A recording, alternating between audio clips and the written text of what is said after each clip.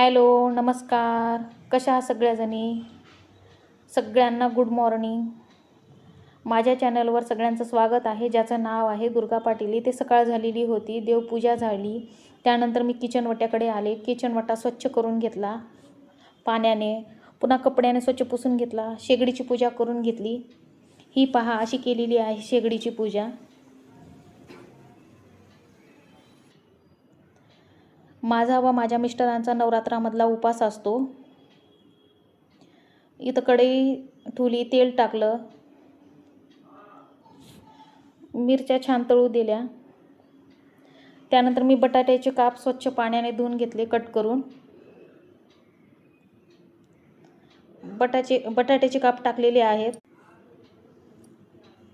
हे सगळं परतून घ्यायचं.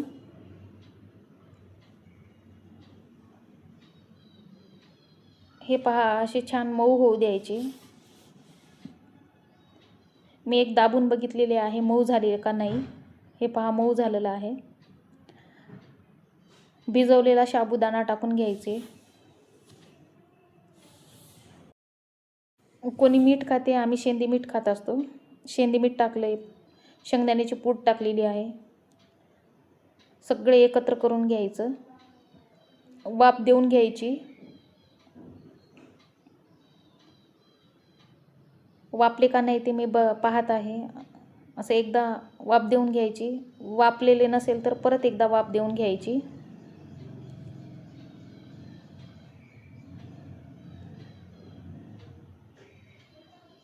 हे पहा, असं सुटसुटीत झालेलं आहे साबुदाण्याची खिचडी. इथं मी दुसऱ्या कढईमध्ये तेल टाकले व चिप्स तळून घेत आहे.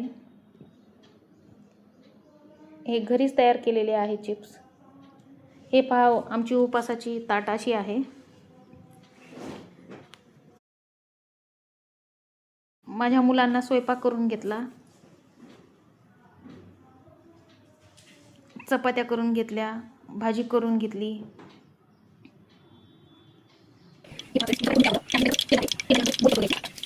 भाजीला काही नसल्यामुळे मी घरच्या घरी कांद्याची चटणी तयार केलेली आहे.